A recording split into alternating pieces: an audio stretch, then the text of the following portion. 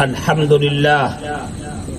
لله نحمده ونستعينه ونستغفره ونؤمن به ونتوكل عليه ونعوذ بالله من شرور أنفسنا ومن سيئات أعمالنا من يهده الله فلا مضل له ومن يضلله فلا هادي له ونشهد أن لا إله إلا الله وحده لا شريك له ونشهد أن سيدنا ومولانا محمدا عبده ورسوله وصلى الله تبارك وتعالى على خير خلقه محمد وعلى آله وأصحابه وأزواجه وذرياته أجمعين. أما بعد،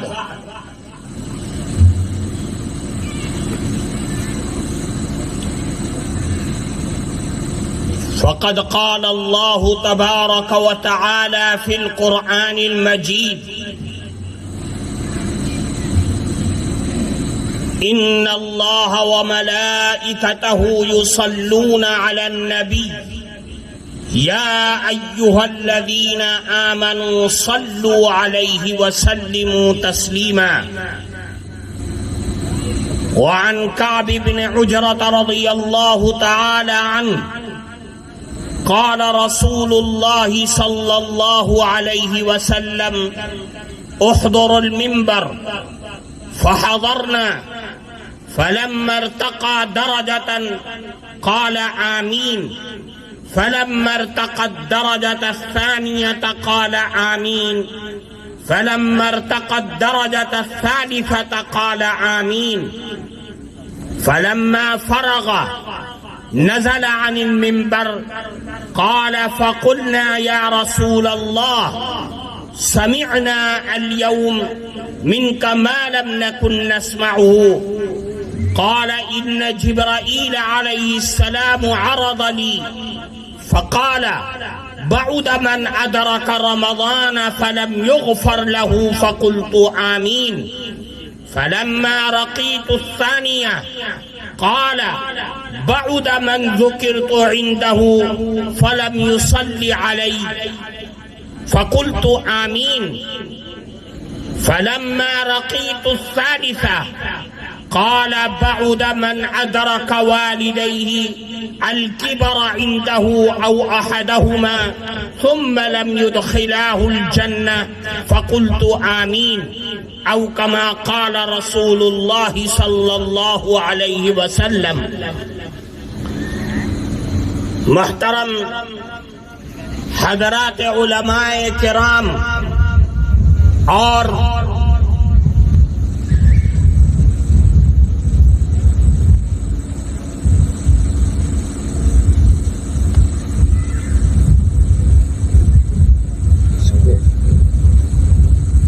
اس کا رخ پھیر دو.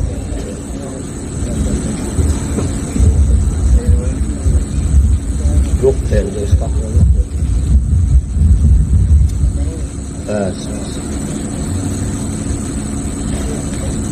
محترم حضرات علماء کرام اور قرب و جوار سے آئے ہوئے مہمانان مکرم، عزیز طلبہ اور ہماری مائیں بہنیں، آج کا آپ کے علاقے کے اس مدرسے کا سالانہ جلسہ جو سیرت النبی صلی اللہ علیہ وسلم اور دستار بندی حفاظ کرام کے سروں پر اور جن بچیوں نے قرآن کریم ناظرہ مکمل کیا ان کو سند اور انعام دیا گیا. اللہ تعالی مدرسے کے پورے سال کی اس محنت کو قبول فرمائے اور جن لوگوں کو انعام دیا گیا، پگڑی باندھی گئی، اللہ تعالی ان کو حافظ قرآن کے ساتھ ساتھ عامل قرآن بھی بنائے۔ میں نے آپ کے سامنے قرآن کریم کی ایک آیت اور جناب رسول اللہ صلی اللہ علیہ وسلم کی ایک حدیث پڑھی ہے۔ حدیث بہت مشہور ہے، جس میں اللہ کے نبی جو تمام نبیوں کے سردار ہیں اور حضرت جبریل امین جو تمام فرشتوں کے سردار ہیں، ان دونوں نے مل کر کے قیامت تک آنے والے ہر مسلمان مرد اور عورت کو 3 چیزوں کی طرف توجہ دلائی ہے۔ جو 3 باتیں ہر مسلمان کے لیے انتہائی قیمتی، چاہے وہ امیر ہو یا غریب، شہری ہو یا دیہاتی، کالا ہو یا گورا، مرد ہو یا عورت، جوان ہو یا بوڑھا، ان 3 باتوں پر عمل کر کے اللہ کی رحمت کو پا سکتا ہے۔ اور اگر ان 3 میں سے کوئی ایک بات بھی اس کی زندگی میں نہیں ہے تو یاد رکھیے، اس کا بڑا ہونا، اس کا شہری ہونا، اس کا گورا ہونا اور دنیا کے اعتبار سے جس مقام پر بھی پہنچ جائے، اس کی زندگی ناکام، نامراد اور اللہ کی رحمت سے دور رہے گی۔ حضرت کعب بن عجرہ رضی اللہ تعالی عنہ جو صحابی رسول ہیں، وہ فرماتے ہیں کہ اللہ کے نبی ایک موقع پر مسجد میں تشریف لائے اور منبر کے پاس آ کر کے اعلان کیا، احضر المنبر، آئے لوگوں منبر کے قریب آ جاؤ۔ صحابہ کرام جو مسجد کے کونوں میں بیٹھے ہوئے تھے، ادھر ادھر بیٹھے ہوئے تھے، سب قریب آ گئے۔ اللہ کے نبی نے کچھ نہیں فرمایا، منبر کی پہلی سیڑھی پر قدم رکھا، زور سے کہا آمین، پھر دوسری سیڑھی پر قدم رکھا، زور سے کہا آمین، پھر تیسری سیڑھی پر قدم رکھا، زور سے کہا آمین۔ صحابہ کرام یہ ماجرا دیکھتے رہے کہ کون ہے جو دعا یا بد دعا دے رہا ہے اور اللہ کے نبی آمین کہہ رہے ہیں۔ کچھ سمجھ میں نہیں آیا۔ اللہ کے نبی منبر سے نیچے آئے، صحابہ نے سوال کیا، پوچھا، اے اللہ کے نبی، آج تو ہم نے ایک ایسا عمل آپ سے دیکھا ہے کہ آج سے پہلے کبھی ہم نے یہ نہیں دیکھا تھا کہ آپ منبر پر تشریف لے جائیں اور آمین کہہ رہے ہیں ہر سیڑھی پر، ماجرا کیا ہے؟ آمین تو وہاں کہا جاتا ہے جہاں کوئی دعا دینے والا دعا دے یا بد دعا دینے والا کوئی بد دعا دے تو آمین کہا جاتا ہے۔ کون ہے جس نے دعا دیا ہے یا بد دعا دیا ہے؟ آپ نے آمین زور سے کہا۔ اللہ کے نبی نے 3 سیڑھی کا واقعہ بیان فرمایا۔ وہ واقعہ عجیب و غریب ہے۔ اللہ کے نبی نے فرمایا، جب میں نے پہلی سیڑھی پر قدم رکھا تو آسمان سے جبریل امین تشریف لائے، جو تمام اللہ کے نورانی مخلوق فرشتوں کے سردار ہیں۔ انہوں نے آسمان سے آ کر کے بد دعا دی. وہ بد دعا تو بڑی عجیب و غریب ہے. فرمایا کہ اللہ کی لعنت ہو، اللہ کی رحمت سے دور ہو وہ مسلمان جس نے اپنی زندگی میں رمضان کا مبارک مہینہ پایا اور اللہ کی مغفرت سے اور اس کی بخشش سے مالا مال نہ ہو سکا، اللہ کی مغفرت کو حاصل نہ کر سکا. اللہ کی لعنت ہو اس انسان پر. اس پر اللہ کے نبی جو تمام نبیوں کے سردار ہیں انہوں نے اس پر بددعا پر آمین کہا، زور سے آمین کہا. دیکھیے جبریل امین جو تمام نبیوں کے سردار ہیں وہ بددعا دے رہے ہیں اور تمام نبیوں کے سردار اس پر آمین کہہ رہے ہیں. آسمان کا کون سا دروازہ ہے جو عرش پر جانے سے اس دعا کو روک سکتی ہے؟ فرمایا کہ اللہ کی لعنت ہو اس انسان پر جس نے رمضان کا مبارک مہینہ پایا اور روزے رکھ کر کے راتوں کو جاگ کر کے عبادت اور نوافل ادا کر کے تراویح پڑھ کر کے اللہ کی مغفرت سے مالا مال نہ ہو سکا، حاصل نہ کر سکا. اس پر تو اللہ کی لعنت ہو. کیا مطلب؟ یعنی رمضان کا وہ مبارک مہینہ جس میں اللہ کی رحمت جوش میں ہوتی ہے اور اللہ کے نبی نے فرمایا کہ رمضان کا مہینہ آتا ہے تو اللہ جہنم کے دروازوں کو بند کر دیتا ہے اور جنت کے سارے دروازوں کو کھول دیتا ہے. جس رمضان کے مبارک مہینے کے آنے سے پہلے اللہ اپنی بنائی ہوئی جنت کو سنوارتا ہے، سجاتا ہے. اس مبارک مہینے میں جب اللہ کی رحمت جوش میں ہوتی ہے اور اے انسان تو دن میں کھاتا رہا، تو نے روزہ نہیں رکھا اور راتوں کو جانوروں کی طرح سوتا رہا تو سمجھ لے کہ اللہ کی زمین پر تجھ سے زیادہ بد نصیب انسان کوئی نہیں ہو سکتا ہے.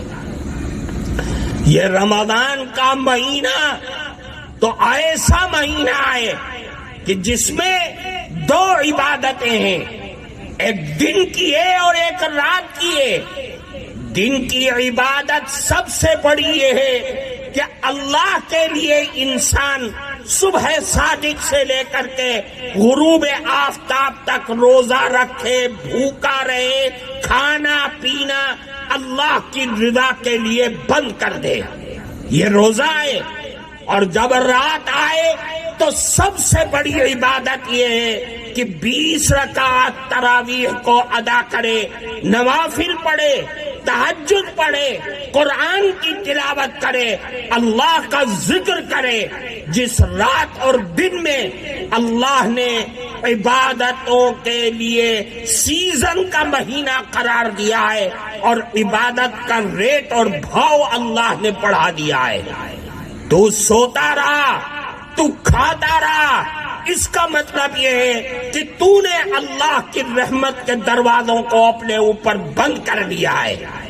اللہ کے نبی نے فرمایا کہ اللہ رب العزت والجلال فرماتے ہیں کہ روزہ تو میرے بندے نے میرے لیے رکھا ہے، لہذا روزے کا انعام بھی میں ہی دوں گا، میرے علاوہ اس کا انعام اس کو کوئی نہیں دے سکتا ہے.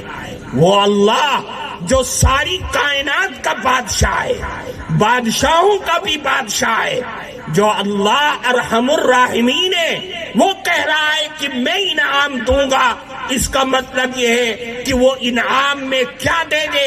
اپنی بنائی ہوئی جنت دے دے، اپنا دیدار میسر فرما دے، اپنی رضا نصیب فرما دے.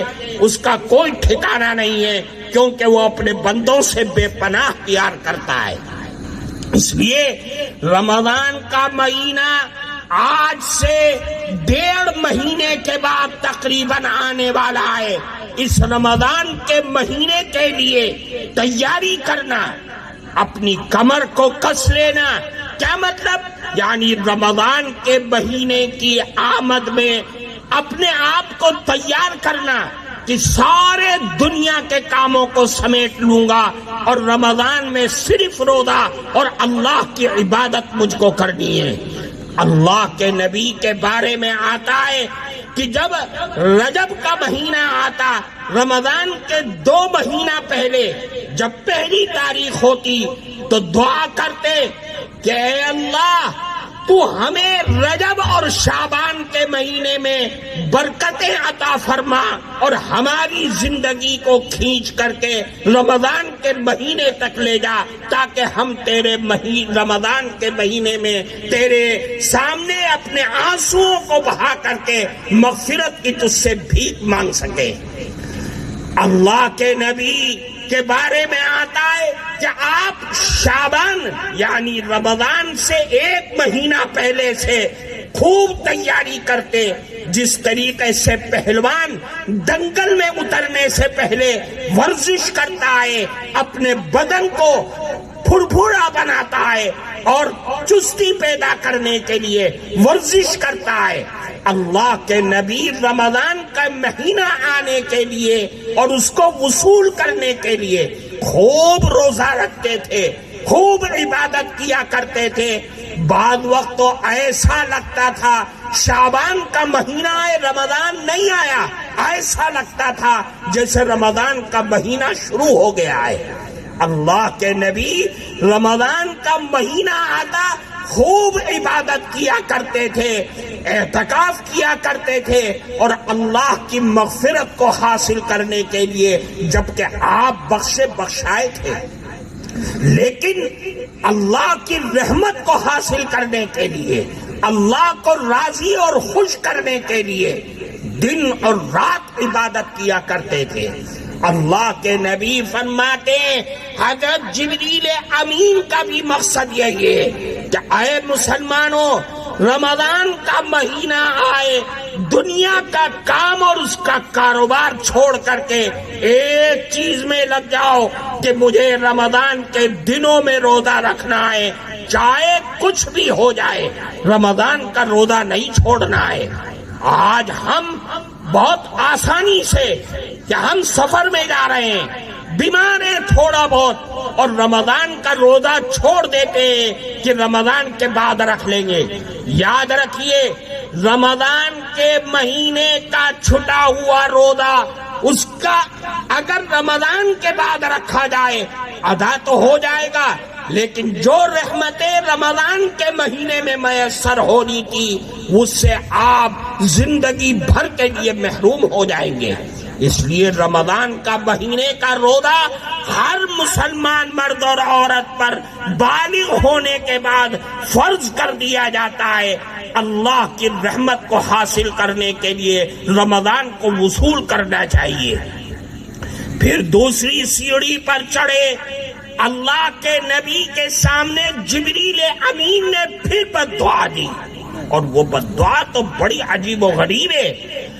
اللہ کے نبی نے فرمایا، اللہ کے نبی سے فرمایا جبریل امین نے کہ اللہ کی لعنت ہو اور اللہ کی رحمت سے دور ہو وہ مسلمان، مرد ہو یا عورت، کہ جس کے سامنے اے محمد آپ کا نام مبارک لیا جائے اور اس کی زبان گونگی ہو جائے اور آپ پر درود و سلام نہ پڑھے، اللہ کی لعنت ہو اس انسان پر۔ اللہ کے نبی نے فوراً آمین کہا۔ یاد رکھیے، اللہ کے نبی پر درود پڑھنا ہم تو نہیں سمجھتے، ہم نہیں پڑھتے۔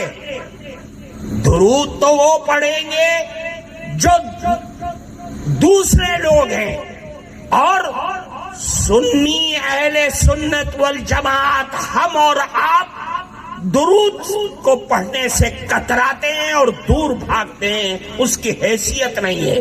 میں آج بتا رہا ہوں آپ کو کہ درود ہے کیا چیز۔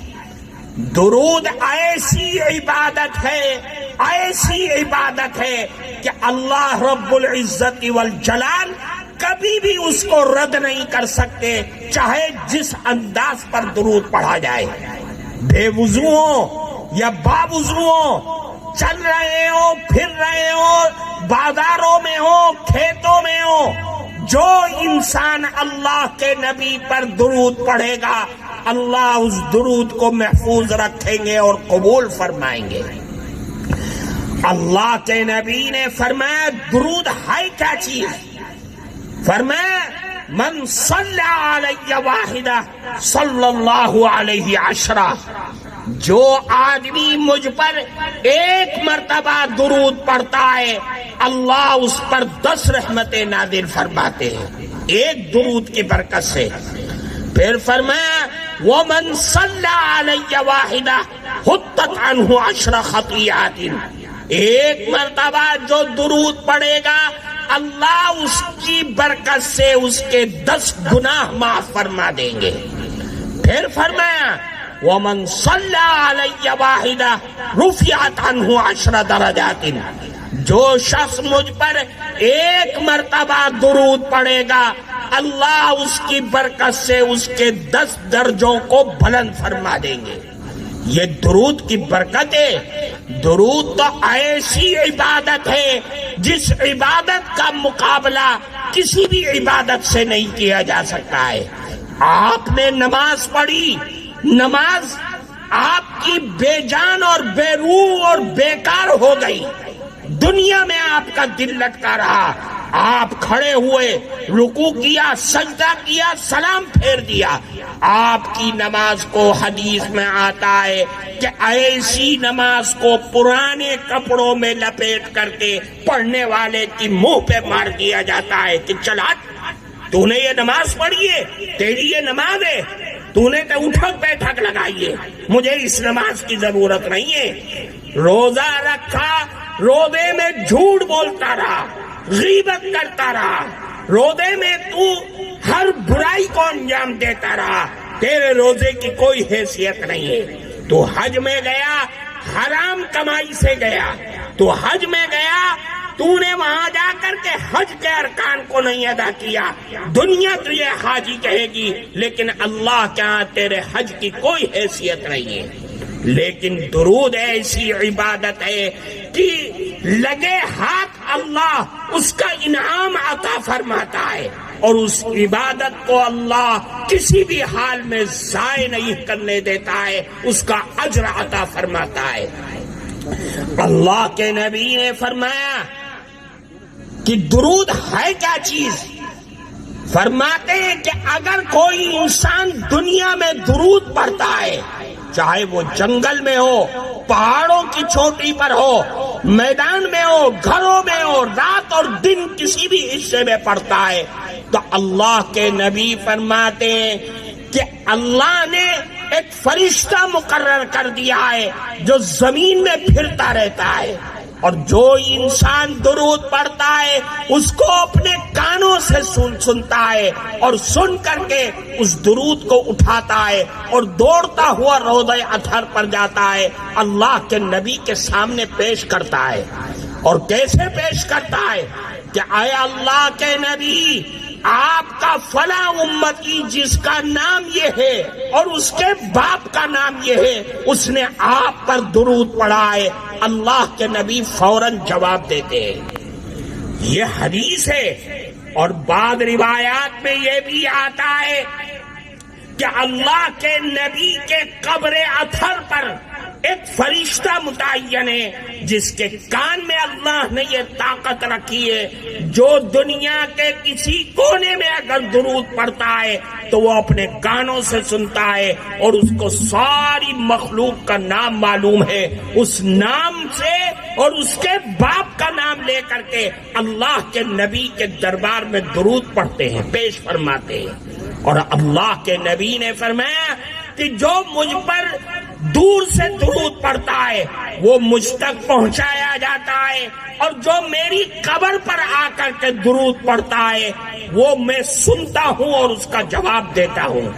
یہ درود کی برکتیں اللہ کے نبی نے فرمایا، اللہ نے قرآن میں فرمایا ان اللہ وملائکتہ یصلون علی النبی یا ایھا الذین آمنوا صلوا علیہ وسلموا تسلیما، کہ اے لوگوں، اللہ اور اس کے نورانی مخلوق تمام فرشتے اللہ کے نبی پر رحمت اور دعاؤں کی برسات کرتے ہیں۔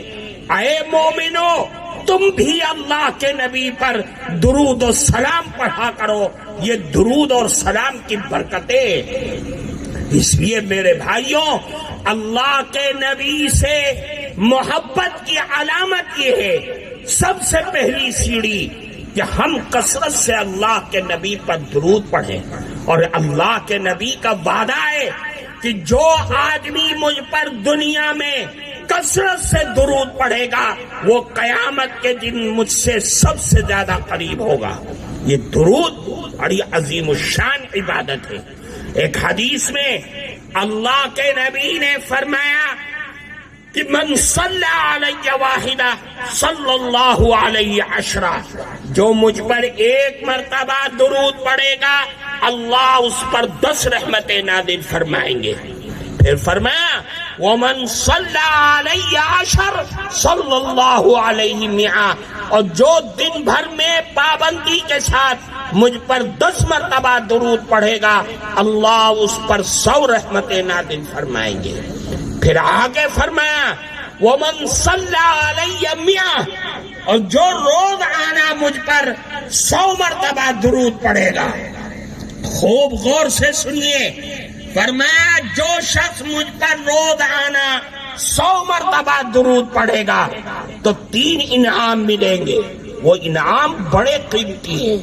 فرمایا سب سے پہلا انعام کتب اللہ بین عینیہ براءۃ من النفاق، کہ اللہ اس کے دونوں آنکھوں کے درمیان یہاں ماتھے پر لکھ دیں گے کہ یہ آدمی منافق نہیں ہو سکتا، یہ منافق نہیں ہے، یہ سچا مسلمان ہے، اس لیے کہ یہ میرے محبوب پر درود پڑھا کرتا تھا۔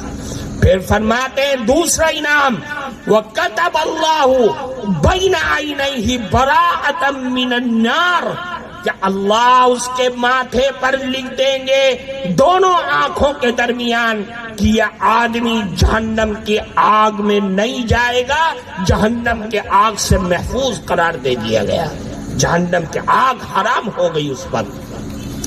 پھر تیسرا انعام وَأَسْكَنَهُ اللَّهُ يَوْمَ الْقِيَامَةِ مَعَ الشُّهَدَاءِ، کہ اس درود 100 مرتبہ درود کی برکت سے اللہ اسے قیامت کے دن شہیدوں کے ساتھ رکھیں گے۔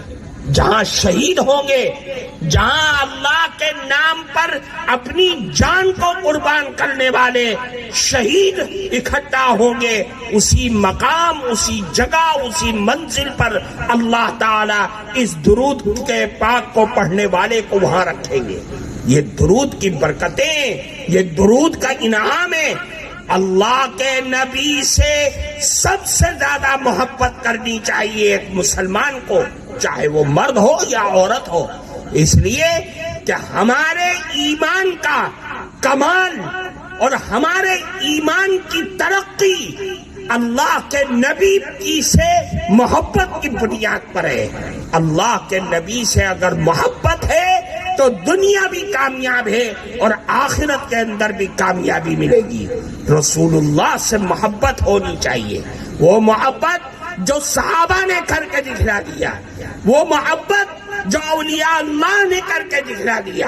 رسول اللہ کی محبت کمال ایمان کا مدار ہے، رسول اللہ سے محبت ہونی چاہیے، ایسی محبت کہ جان چلی جائے، اولاد بچھڑ جائے، دولت ختم ہو جائے، لیکن رسول اللہ کی محبت اور ان کا دامن ہماری زندگی سے ہٹنا نہیں چاہیے، ہمارے ہاتھوں سے چھوٹنا نہیں چاہیے۔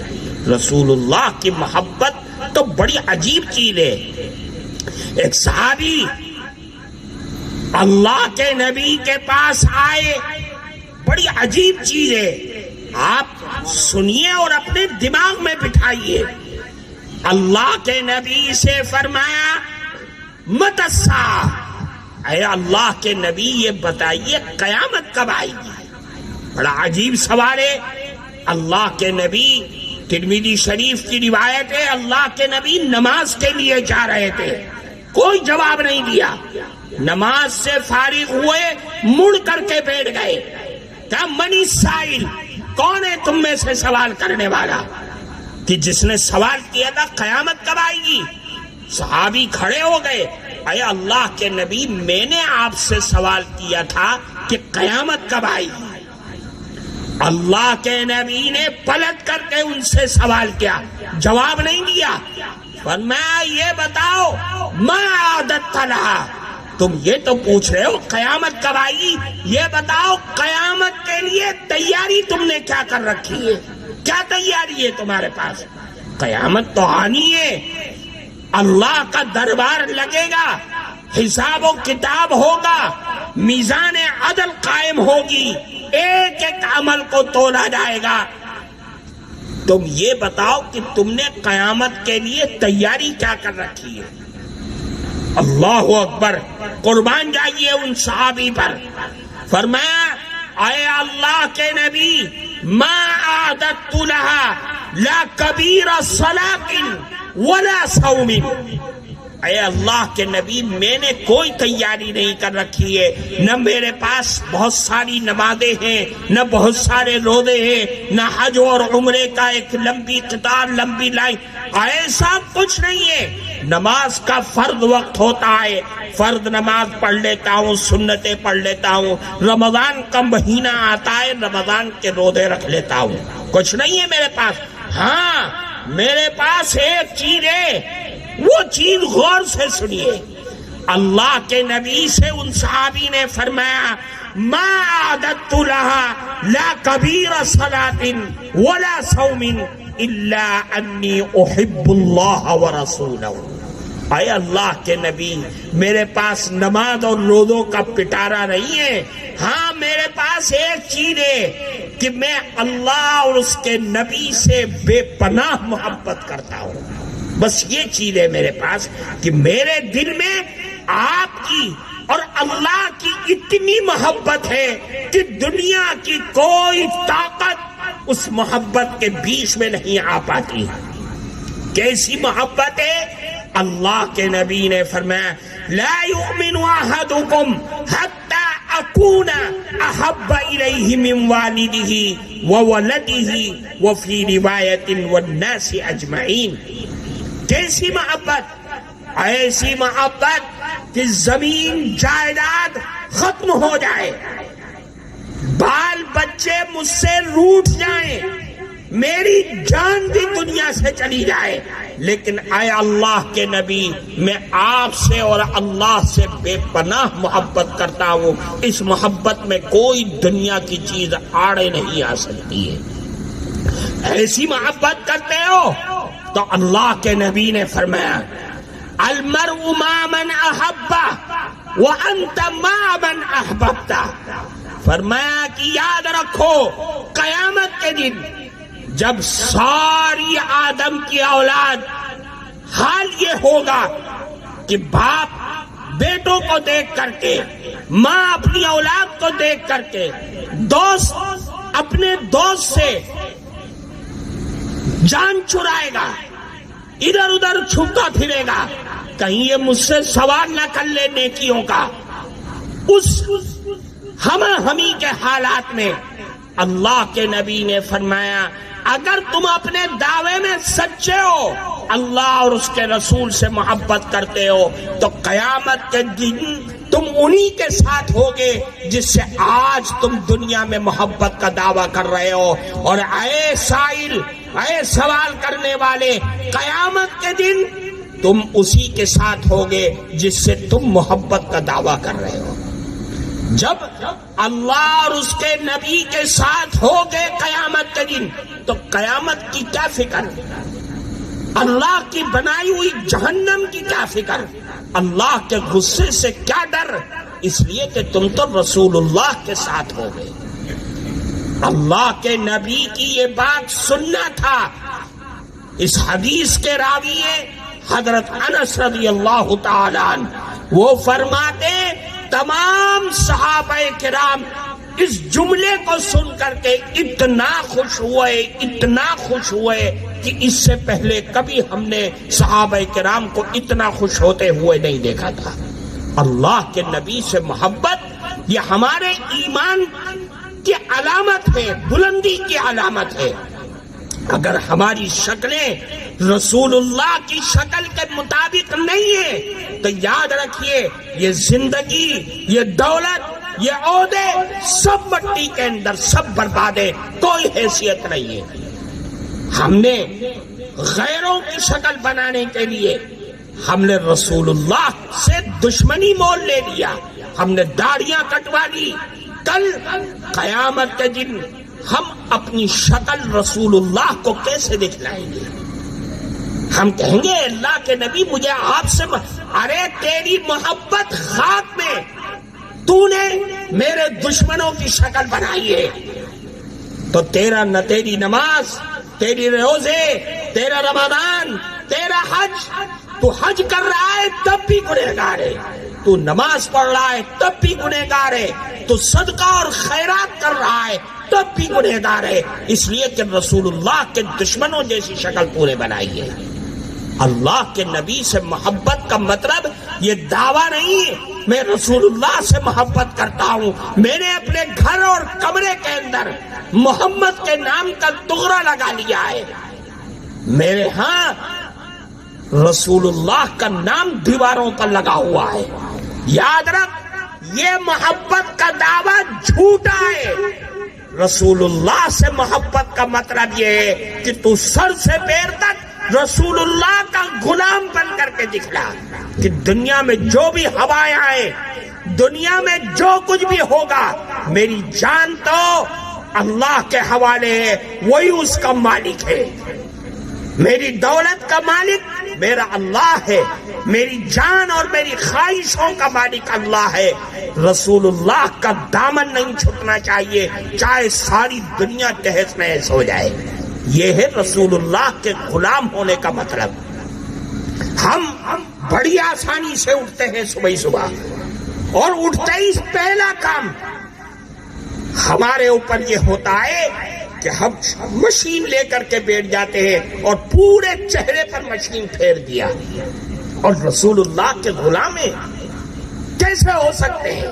ذرا سوچ کر کے دیکھو، اپنے مائنڈ میں یہ بات بٹھا کر کے دیکھو۔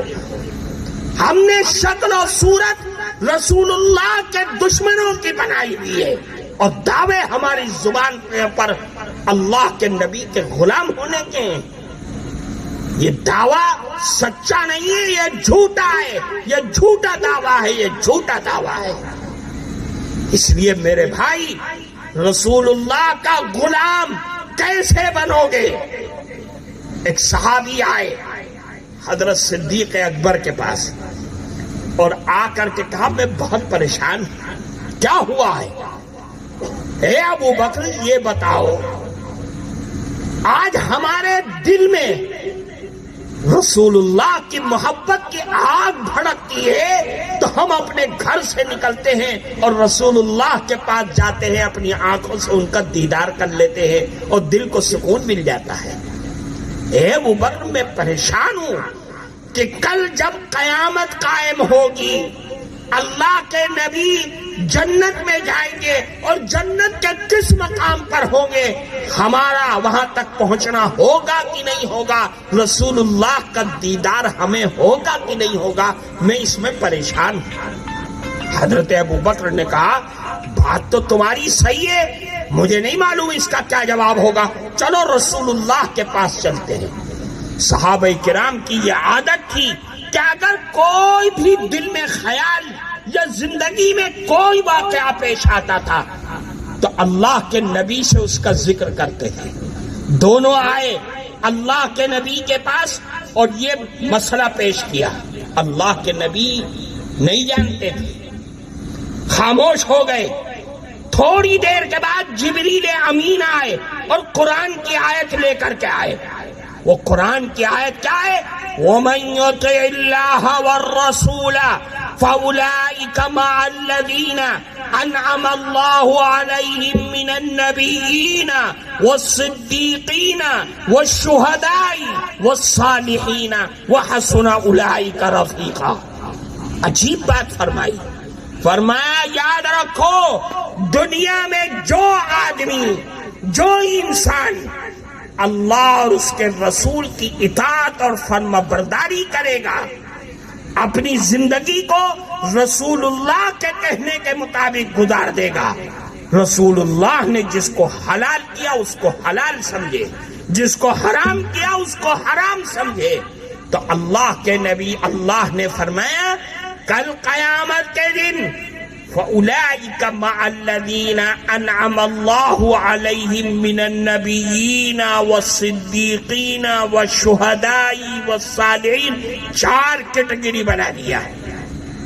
جو سب سے 1 نمبر کا مسلمان ہوگا، پوری زندگی رسول اللہ اور اللہ کے حکم کے مطابق گزار دیا، وہ نبیوں کے ساتھ ہوگا، جنت میں اس کا مقام، اس کا ٹھکانہ نبیوں کے ساتھ ہوگا۔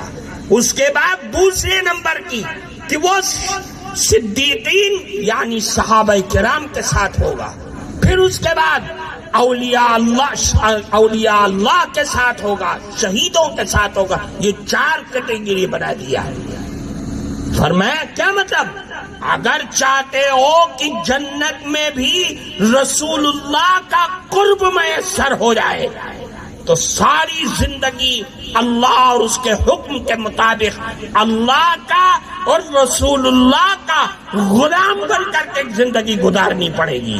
غلام ہم ہیں، غلام عبد، ہم اللہ کے بندے ہیں۔ اللہ کے بندے کا مطلب یہ کہ ہم اللہ کے غلام ہیں، ہم سر سے پیر تک اللہ کے حکم کے تابع ہیں، رسول اللہ کے حکم کے تابع ہیں۔ اگر ہم اپنی منمانی کر رہے ہیں، اس کا مطلب یہ کہ دعویٰ تیرا جھوٹا ہے، تو اپنے دعوے کے اندر کمزور ہے کہ ہم رسول اللہ کے غلام ہیں۔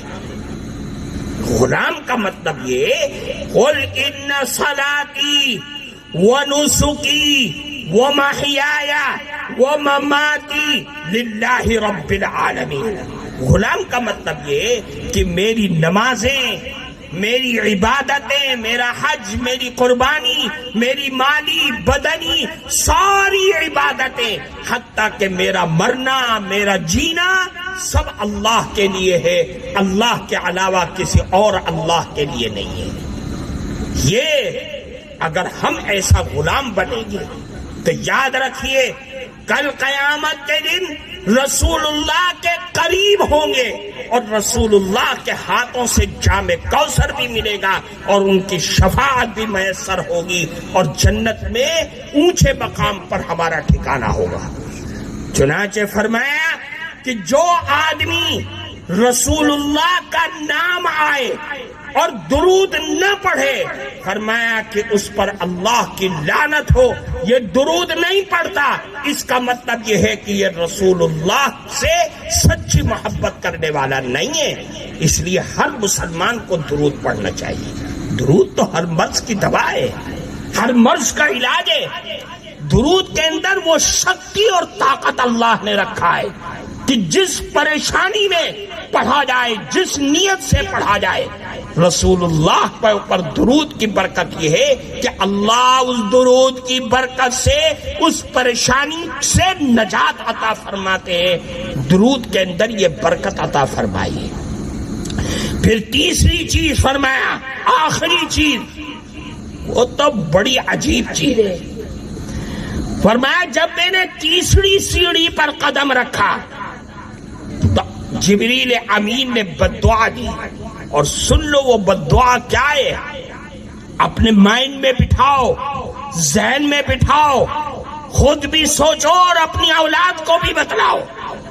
وہ بددعا یہ ہے، فرمایا کہ اللہ کی لعنت ہو اس انسان پر جس نے اپنے بوڑھے ماں باپ یا ماں باپ میں سے کسی ایک کو پایا اور اس کی خدمت کر کے وہ جنت نہ حاصل کر سکا۔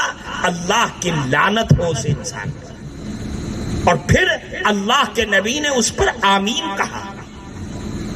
کیا مطلب؟ یہ جو ماں باپ ہیں جو تیرے لیے دنیا میں آنے کا ذریعہ بنے، تو نے ان بوڑھے ماں باپ کو لاوارث بنا کر کے گھر کے کونے میں ڈال دیا اور اپنے بیوی بچوں میں مست ہے، تجھ پر تو اللہ کی لعنت ہو. ماں باپ اس لیے اللہ نے دیا تھا کہ تو ان کو لاوارث کی طرح چھوڑ دے، گھر کے لیے اجنبی انسان بنا دے. تو نے تو اللہ کی لعنت کو خرید لیا ہے. تو نے اللہ کی بنائی ہوئی جنت کے دروازوں کو اپنے اوپر بند کر لیا ہے. یہ ماں باپ تو عظیم دولت ہے، اور ایسی دولت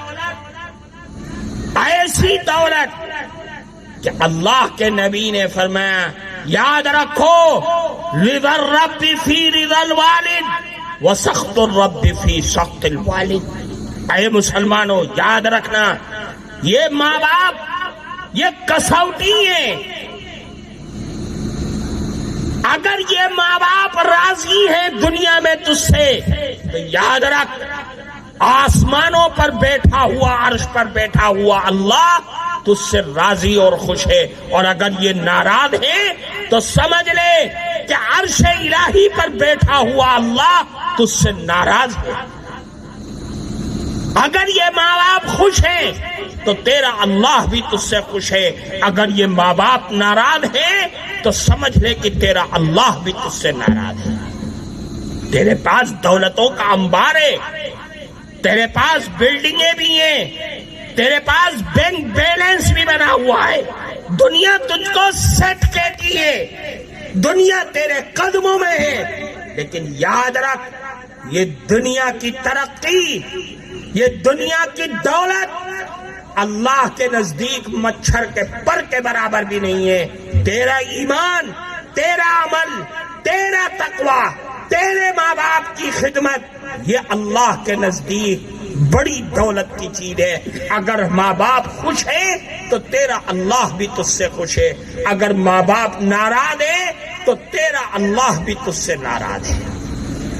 اللہ نے قرآن میں بڑی عجیب بات فرمائی، بڑی تاکید کے ساتھ فرمایا یاد رکھو اما یبلغن عندک الکبر احدہما او کلاہما. اگر یہ ماں باپ دونوں یا دونوں میں سے کوئی بڑھاپے کو پہنچ جائے، بڑھاپے میں آدمی کا مزاج چڑچڑا ہو جاتا ہے. جو بڑھاپا اور بچپن دونوں کا مزاج ایک ہو جاتا ہے، بچے جیسی ضد بوڑھے ماں باپ کے اندر پیدا ہو جاتی ہے. اللہ نے قرآن میں کیا فرمایا؟ فَلَا تَقُلْ لَهُمَا اُفْ. پہلی چیز خبردار اے جوان، ان بوڑھے ماں باپ کو اف نہ کہنا، ان کو اف نہ کہنا. ہم لوگ کہہ دیتے ہیں نا چڑچڑا پنے بار بار ایک ابا جی کیا کہہ رہے ہو آپ؟ خبردار اف یا اوہ نہ کہنا. وَلَا تَقُلْ لَهُمَا اُفْ وَلَا تَنْهَرْهُمَا. اور دوسری چیز فرمایا کہ اے جوانوں اپنے بوڑھے ماں باپ کو بڑھاپے میں جھڑکنا مت جھڑکنا، زبان سخت مت استعمال کرنا. اور پھر کیا فرمایا؟ وَقُلْ لَهُمَا قَوْلًا كَرِيمًا. تیسری چیز فرمائی کہ اے جوانوں اپنے ماں باپ سے جب بھی زبان کھولنا تو انتہائی نرم لہجہ، نرم زبان اختیار کرنا. کہیں ایسا نہ ہو کہ تمہاری زبان کی سختی سے ان کے دل میں رنج پیدا ہو جائے کہ آج یہ اتنا بڑا ہو گیا کہ مجھے جواب دے رہا ہے. نہیں، ایسا مت کرنا، خبردار. پھر فرمایا چوتھی چیز وَخْفِضْ لَهُمَا جَنَاحَ الذُّلِّ. اور جب ان کے پاس جانا اپنے بازوؤں کو نرم کر دینا. بہت عاجز انکساری کے ساتھ.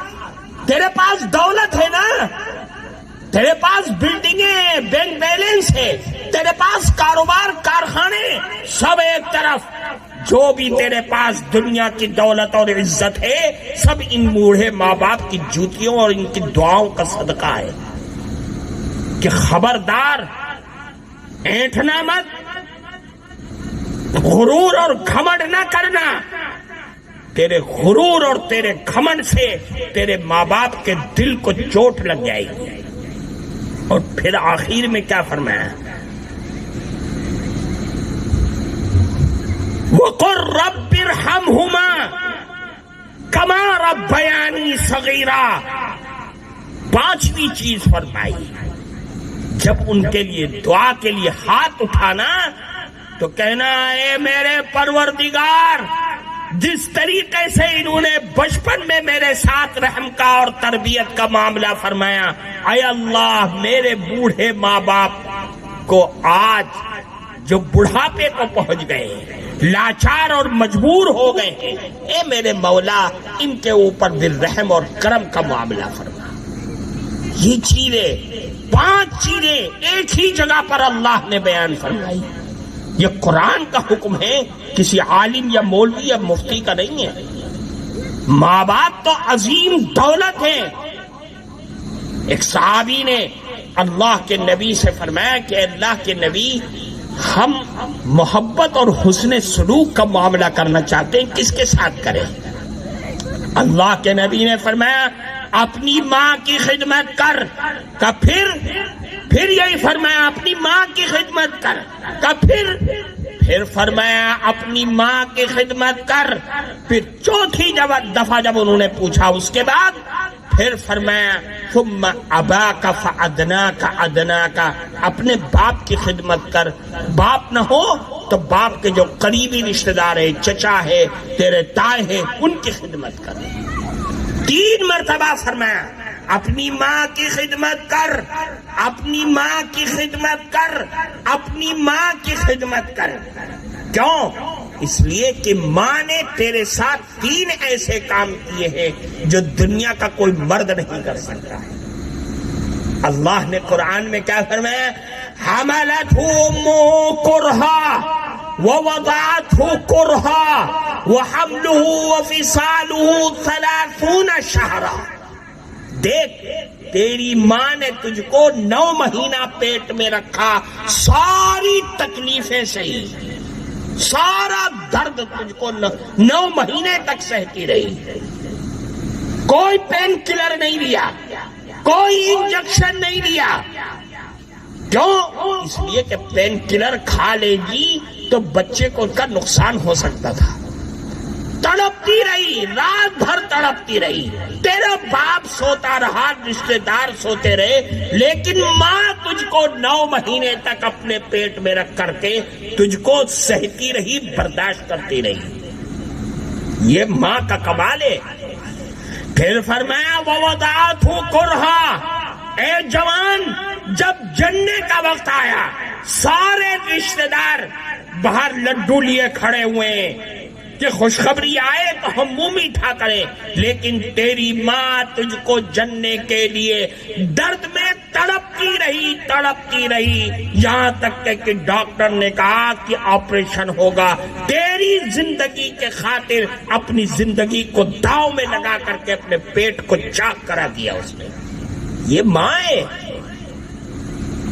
کون ہے جو ان تکلیفوں کو اپنی زبان سے برداشت کر لے؟ نہیں کر سکتا.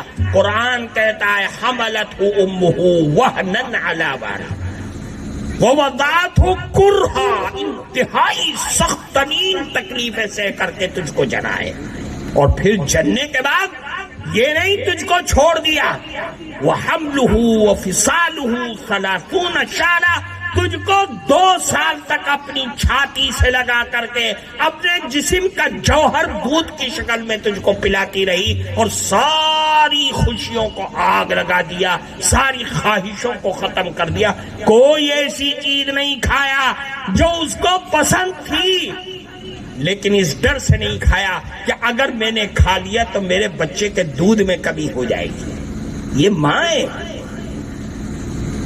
اسی لیے اللہ کے نبی نے فرمایا یہ ماں باپ ہے، ان کی خدمت کرو، یہ تمہاری جنت بھی ہے اور تمہاری دوزخ بھی ہے. اگر خدمت کرو گے راضی رکھو گے جنت پاؤ گے، ورنہ یاد رکھو اللہ کی بنائی ہوئی جنت ماں باپ کے نافرمان کے اوپر حرام کر دی گئی ہے. اللہ کے نبی نے ایک موقع پر فرمایا ماں باپ ستانے والا یاد رکھنا فَإِنَّ رِيحَ الْجَنَّةِ يُوجَدُ مِن مَّسِيرَةِ أَلْفِ عَامٍ وَاللَّهِ لَا يَجِدُهَا عَاقٌ. اللہ کے نبی فرماتے ہیں قیامت کے دن جنت کی خوشبو جنتیوں کو 1000 سال کی مسافت کی دوری سے محسوس ہونے لگے گی کہ جنت آگے ہے. ابھی 1000 سال لگے گا اگر پیدل جائیں، اتنے دور سے جنت کی خوشبو. پھر فرمایا خدا کی قسم جو آدمی ماں باپ کا نافرمان ہے وہ جنت کی خوشبو بھی نہیں پائے گا. بتائیے جب جنت کی خوشبو نہیں مل رہی ہے جنت میں داخلہ کیسے ہو جائے گا؟ ماں باپ دولت ہے اللہ کی، اس کی قدر کرنی چاہیے. ایک حدیث پڑھا کے سناتا ہوں، اس حدیث کو لے کر کے یہاں سے جائیے گا. اللہ کے نبی نے فرمایا من نظر الی والدیہ نظرۃ رحمت جعل اللہ لہ بکل نظرۃ حجۃ مبرورہ. اس حدیث کا ترجمہ کیا ہے؟ اللہ کے نبی نے فرمایا جس شخص نے ماں باپ یا ماں باپ میں سے کسی ایک کو پایا اور محبت کے ساتھ اس نے اس ماں باپ کو دیکھ لیا، گھر میں گیا سامنے ماں بیٹھی ہوئی تھی، محبت کے ساتھ دیکھ لیا، محبت دل میں محبت کی آگ لگائی، آنکھوں سے اپنے ماں باپ کو دیکھ لیا، تو جانتے ہو اللہ کے نبی فرماتے کہ جب جب وہ اپنی ماں باپ کو محبت کے ساتھ دیکھے گا تو اس کو حج مقبول کا ثواب ملے گا. حج مقبول آسان کام ہے. 30 لاکھ آدمی حج کرنے تقریباً جاتے ہیں کم و بیش، اور لاکھوں روپے خرچ کر کے جاتے ہیں. چند لوگ اللہ کے خوش قسمت لوگ ہوتے ہیں جنہیں حج مقبول نصیب ہوتا ہے. یہاں گھر بیٹھے اس کا ثواب مل رہا ہے. اللہ کے نبی سے فرمائے اللہ کے نبی کیا ہم بار بار نگاہ ڈالیں تو بار بار حج مقبول کا ثواب ملے گا؟ اللہ کے نبی نے فرمایا ہاں اللہ اکبر و اطیب، اللہ بہت بڑا ہے، پاک اور صاف ہے. جب جب تم ماں باپ کو محبت کی نگاہ سے دیکھو گے اللہ تعالی حج مقبول کا ثواب دے گا. میرے بھائی ماں باپ تو دولت ہے، ہم نے ان کو چھوڑ دیا، اپنے بیوی بچوں میں مست ہو گئے، ماں باپ کو چھوڑ دیا، لاوارث کی طرح چھوڑ دیا، ان کی خواہشات کو ہم نے چھوڑ دیا، نمبر 2 پہ رکھ دیا. یاد رکھو اللہ کے نبی کی ایک حدیث ہے جس میں 15 باتیں فرمائی ہیں اللہ کے عذاب دنیا میں آنے کے لیے. ان میں سے ایک کیا ہے؟ فرمائے اطاع الرجل زوجته وعق امه وبر صديقه وجفا اباه. فرمایا جب ایسے بدنصیب لوگ دنیا میں پیدا ہونے لگے جو اپنی جوان بیوی کے کہنے میں آ کر کے بوڑھی ماں کو لات ماری، بالکل صاف فرمایا. ادھر بیوی نے کان میں کچھ کہا اور صبح ہی اٹھتا ہی جا کر کے برس پڑا اپنی ماں پر کہ تو نے ایسا کر دیا، تو نے ایسا کہہ دیا. ارے تجھ سے بڑا بدنصیب تو دنیا میں کوئی آئی نہیں، تیرا تو مر جانا بہتر تھا. بیوی نے کہا ہے اسے تکلیف پہنچے گی، لیکن بیوی کو بیوی کے درجے میں رکھ اور ماں کو ماں کا مرتبہ اور مقام دے. تجھے بولنے کا حق نہیں ہے، یہ تو ماں ہے، تو نے ماں کو ستایا ہے، تکلیف پہنچائی ہے، تو نے تو اللہ کے عذاب کو دعوت دے دیا. پھر فرمایا جب ایسے بدنصیب دنیا میں پیدا ہو جائیں جو اپنے دوستوں کے کہنے میں آ کر کے بوڑھے باپ کو چھوڑ دے. کیا مطلب؟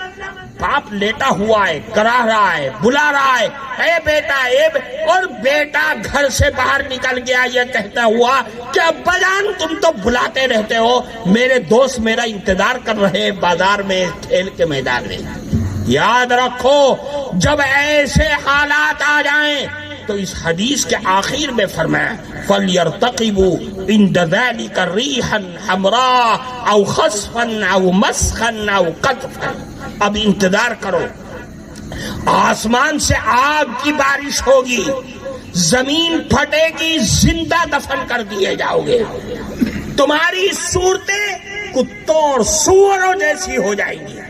اور دوسری حدیث میں اسی کے بارے میں فرمایا کہ اللہ کا عذاب آسمان سے اس طریقے سے اترے گا جس طریقے سے تسبیح کا دھاگا ٹوٹ جائے، دانے بکھر جاتے ہیں، کون سمیٹ سکتا ہے؟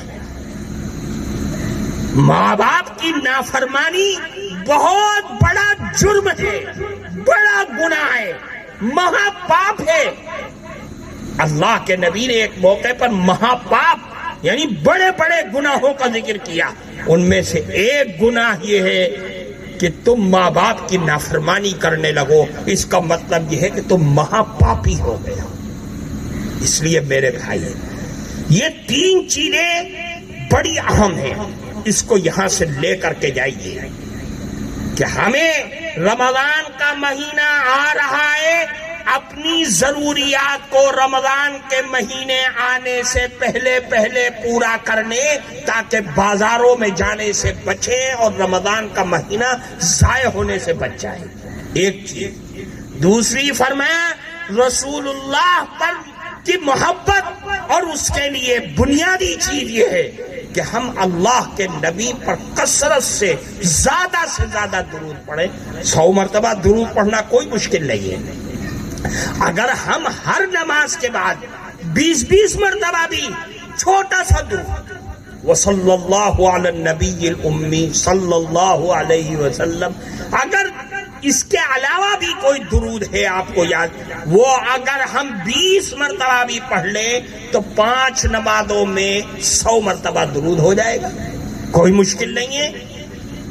اپنے ماں باپ کو جس نے آج تک ستایا ہے، اس کو سننے کے بعد جا کر کے پاؤں پکڑ کے ان کو راضی کر لو اگر اللہ کی بنائی ہوئی جنت میں جانا چاہتے ہو۔ ماں باپ کی دولت تو حدیث میں آتا ہے، ترمذی شریف کے اندر روایت ہے کہ صحابی رسول ہیں، اللہ کے نبی پاس بیٹھے ہوئے ہیں، کلمے کی تلقین کر رہے ہیں، آخری وقت ہے، لیکن کلمہ ان صحابی کو نصیب نہیں ہو رہا ہے، زبان سے کلمہ نہیں نکل رہا ہے۔ صحابی رسول کون صحابی کہ بڑے سے بڑا قطب، ابدال، غوث، پیر، بابا، ساری زندگی اگر سجدے پہ سجدہ کرتا رہے، ساری زندگی قیامت تک دنیا میں رہے، ان کی دھول کو کے برابر نہیں پہنچ سکتا ہے، ان کو کلمہ نصیب نہیں ہو رہا جب تک کہ ماں نے معاف نہیں کیا، کلمہ زبان سے نہیں نکلا، ماں نے معاف کیا اور کلمہ نہ جاری ہو گیا اور روح نکل گئی، تو ہماری اور آپ کی کیا حیثیت ہے؟ ہم تو کوئی بھی حیثیت نہیں رکھتے۔ اس لیے اللہ کے نبی سے محبت ہونی چاہیے، اور محبت بھی کمال کی ہونی چاہیے، اور اللہ نے جو ہمیں ماں باپ کی دولت دیا ہے، اس دولت کی ہم سب کو قدر کرنی چاہیے۔ بولو بھائی، کرو گے؟ ماں باپ کو راضی کرو گے؟ اتنی مری ہوئی آواز سے کہہ رہے ہو، اس کا مطلب کچھ دال میں کالا ہے۔ اڑپی کے لوگ ایسے ہوتے ہیں کیا؟ زور سے عہد کرو کہ ہم اپنے ماں باپ کو راضی کرنے کے لیے پوری کوشش کریں گے، آخر وقت تک کوشش کریں گے۔ اور جن کے ماں باپ دنیا سے چلے گئے اور ناراض گئے، اب انہیں کیسے راضی کرو گے؟ حدیث میں آتا ہے، ایک صحابی نے کہا کہ اللہ کے نبی، جن کے ماں باپ دنیا سے ناراض چلے گئے ان کو خوش کرنے کا کیا طریقہ ہے؟ کہاں ہے طریقہ؟ فرمایا ان کے لیے ایصال ثواب کرو، ان کے وعدوں کو پورا کرو، ان کے رشتہ دار جن سے وہ تعلق رکھتے تھے ان سے تم بھی تعلق رکھو، ان کے وہ احباب اور دوست جن کو وہ محبت کیا کرتے تھے ان سے تم بھی محبت اور تعلق کرو، اللہ اس کی برکت سے تمہارے ماں باپ کو راضی اور خوش کر دے گا۔ یہ میرے رسول اللہ کی تعلیم ہے۔ ہم نے اس کو چھوڑ دیا اور بھلا بیٹھے اپنی دنیا میں مست ہو گئے۔ ہم سے زیادہ بدنصیب کون ہو سکتا ہے؟ آؤ پلٹیں اور اس اجلاس سے ہم یہ 3 چیزیں لے کر کے جائیں۔ میرے بھائیوں، یہ دنیا کوئی حیثیت نہیں ہے، اللہ کے ہاں اس دنیا کی مچھر کے پر کے برابر بھی حیثیت ہے۔ اس لیے ہمیں دین اسلام کے ساتھ اس دھرتی پر رہنا ہے۔ اللہ ہمیں جب تک بھی رکھے اور اپنے تعلق کو ان مدارس اور مکاتب کے ساتھ کہ جہاں تمہاری اولاد کو انہوں نے ایک ایک آیت ایک ایک لفظ رٹا رٹا کر کے حافظ قرآن بنایا، قرآن کی دولت دیا، جس دولت کی وجہ سے گھر کے 11-12 افراد کو جہنم کی آگ سے نجات دلائیں گے یہ حافظ قرآن۔ آج وہ دولت تمہیں عطا کیا ہے، اپنے تعلق کو ان مدرسوں اور مکتبوں سے مضبوط کرو۔ کیا ہے؟ ہم نے کیا دیا انہیں؟ ہم نے روپیہ دیا، ہم نے پیسہ۔ یاد رکھو، تم نے آج روپیہ دیا، کل ختم ہو جائے گا وہ روپیہ اور پیسہ، ضرورت میں استعمال ہو جائے گا۔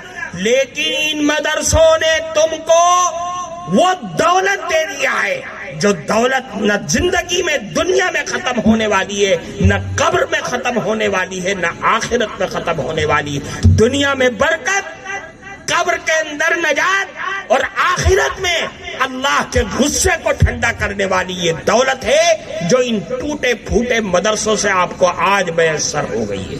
ہم نے پگڑی تو باندھ کے ان کو انعام دیا ہے، کچھ بھی نہیں ہے۔ یہ تمہارے یہ اپنے ماں باپ پر جو پگڑی قیامت کے دن پہنائیں گے اس کا حال پتہ ہے کیا ہوگا؟ حدیث میں آتا ہے وہ پگڑی ایسی ہوگی، ایسا تاج ہوگا ان کے سر پر کہ اس تاج کی روشنی کے آگے سورج کی روشنی فیل ہو جائے گی۔ دنیا کہے گی کہ ارے کون لوگ ہیں جن کے سر پر اتنا؟ کہیں گے فرشتے یہ وہ خوش نصیب ماں اور باپ ہیں جنہوں نے اپنے بچوں کو دنیا میں قرآن کا حافظ بنایا تھا۔ آج اللہ نے ان کی اولاد کی برکت سے ان کے ماں باپ کے سروں پر تاج رکھ دیا ہے جس کی روشنی کے آگے سورج کی روشنی فیل ہو گئی۔ سوچو ذرا، جب اللہ تاج پہنائے گا تو جہنم میں ڈالے گا؟ ایسے کیسے ہو سکتا ہے؟ اس لیے میرے بھائی، خوب بنو ڈاکٹر، خوب بناؤ انجینئر، اور دنیا کی ڈگریوں میں آگے سے آگے بڑھو، لیکن اپنے بچوں کو دین کا محافظ بناؤ، دین کا علم بردار بناؤ، قرآن پڑھاؤ، انہیں بتاؤ کہ میرا اللہ یہ کہتا ہے ہم سے، میرا رسول اللہ مجھ سے یہ کہتا ہے۔ نہیں بتاؤ گے، نہیں سمجھاؤ گے، دنیا کے اندر ان مکتب اور مدرسوں کی تعلیم سے دور رکھو گے تو وہی حشر ہوگا جو آج دنیا میں ہم سب کا منہ کالا ہو رہا ہے۔ ہماری بچیاں جا رہی ہیں، ہمارے بچے بچل رہے ہیں، نہ ان کا ایمان صحیح، نہ عقیدہ صحیح۔ کیوں؟ ہم نے دین کی تعلیم نہیں دیا۔ آج وہی بچیاں اور وہ بچے غیروں کے ہاتھوں کا کھلونا بن رہے ہیں۔ ہماری کمی ہے، ہم اپنی کمی پر نظر نہیں کرتے۔ ہم اپنے بچوں کو دین کا سب سے پہلے یہ بتلائیں کہ عقیدہ کیا ہے، ایمان کیا کہہ رہا ہے۔ عقیدہ اگر کمزور ہے تو ایمان بھی کمزور ہے، اگر عقیدہ مضبوط ہے تو یاد رکھیے آپ کی یہ اولاد دنیا کے کسی کونے میں بھی جا کر کے برباد نہیں ہو سکتی، کوئی ان کے ایمان کا جنازہ نہیں نکال سکتا۔ اس لیے میرے بھائی، خوب اڑو، خوب آگے بڑھو، لیکن اپنے بچوں کو دین کی تعلیم دو، بنیادی چیزوں کی تعلیم دو، گھر کے اندر دو، باہر دو، مدرسوں میں بھیجو، تاکہ وہ یہ سمجھیں کہ میرا اللہ کیا ہے اور میرا رسول کیا ہے۔ اللہ تعالی ہم سب کو عمل کی توفیق عطا فرمائے، اپنی مرضیات پر چلنا آسان فرمائے، جو کچھ کہا گیا ہے ہم سب کو اس کا سچا پکا عامل بنائے۔ وآخر دعوانا الحمد للہ رب العالمین.